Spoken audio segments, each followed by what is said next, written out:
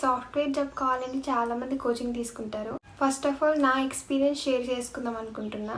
పూర్తిగా తెలుసుకోకుండా బ్లాంక్గా వెళ్ళి జాయిన్ అయిపోయినా. క్లాస్లో ఆల్మోస్ట్ 700 to 800 పీపుల్ ఉన్నారు. Hello YouTube family, welcome to our channel ఓ రాక్షసి. ఆల్రెడీ మీరు థంబ్నెయిల్లో చూసుంటారు. ఈరోజు వీడియో వచ్చేసి is coaching worthy or not. Software job కావాలని చాలామంది కోచింగ్ తీసుకుంటారు. నిజంగా కోచింగ్ అనేది వర్తా కాదా అనేది వీడియో. ఫస్ట్ ఆఫ్ ఆల్ నా ఎక్స్పీరియన్స్ షేర్ చేసుకుందాం అనుకుంటున్నా.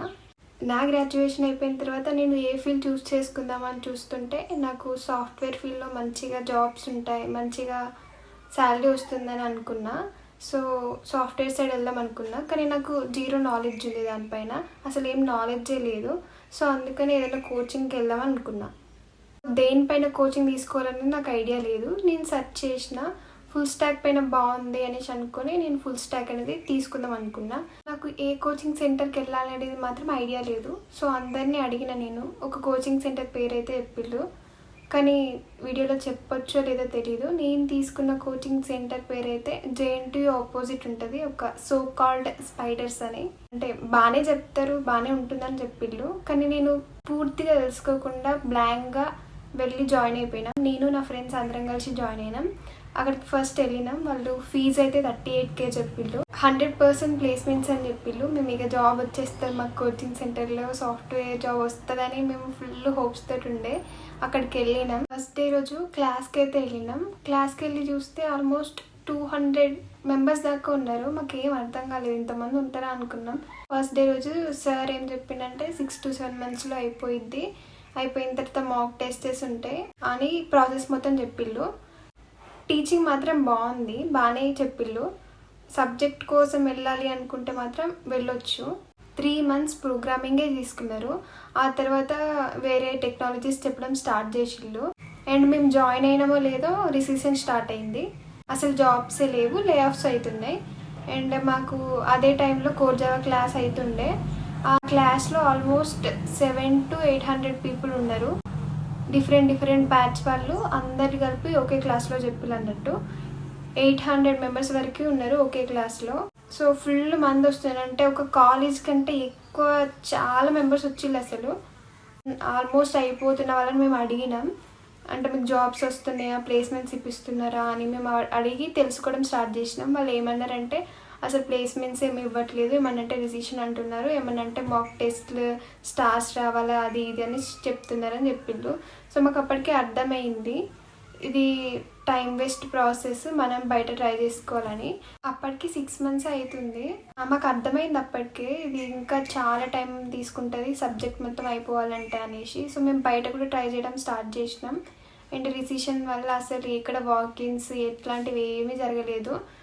రిఫరెన్సెస్ ఉన్న వాళ్ళకి మాత్రమే జాబ్ వస్తుంది. ఇక ట్రై చేస్తూ ఉండగానే ఆల్మోస్ట్ 1 year కంప్లీట్ అయిపోయింది. 1 year తీసుకున్నారు వాళ్ళు కోచింగ్. మేము అక్టోబర్లో జాయిన్ అయినాం, సెప్టెంబర్ లాస్ట్ వీక్ వరకు వాళ్ళు క్లాసెస్ తీసుకున్నారు. ఏం అడిగినా సరే వాళ్ళు రిజిషన్ అది ఇది అని ఏదో ఒకటి చెప్తూనే ఉన్నారు. సో కోచింగ్ వల్ల అయితే అసలు మాకేమీ జాబ్ రాదని అర్థమైంది. ఆల్మోస్ట్ ఒక 1 year వేస్ట్ చేసుకున్నాం అనుకుంటా. ఓన్లీ మీరు సబ్జెక్ట్ కోసం మాత్రమే వెళ్ళాలనుకుంటే వెళ్ళండి. మాకు జాబ్ రావాలి, ప్లేస్మెంట్స్లో జాబ్ రావాలి అంటే, కోచింగ్ సెంటర్లోనే జాబ్ రావాలి అంటే మాత్రం కోచింగ్ సెంటర్స్ అయితే వెళ్ళకండి. Time waste, money waste, hostel fee కూడా వేస్ట్. ఆల్మోస్ట్ 38K కట్టినాం మేము. ల్యాప్టాప్ కూడా మీరే తీసుకొచ్చుకోవాలి అని చెప్పిళ్ళు. ఆల్మోస్ట్ ల్యాప్టాప్కి ఒక 50K. 12 months ఉన్నాం మేము హాస్టల్లో. 1 monthకి 6,000, 12 months అంటే ఆల్మోస్ట్ 70,000 to 80,000.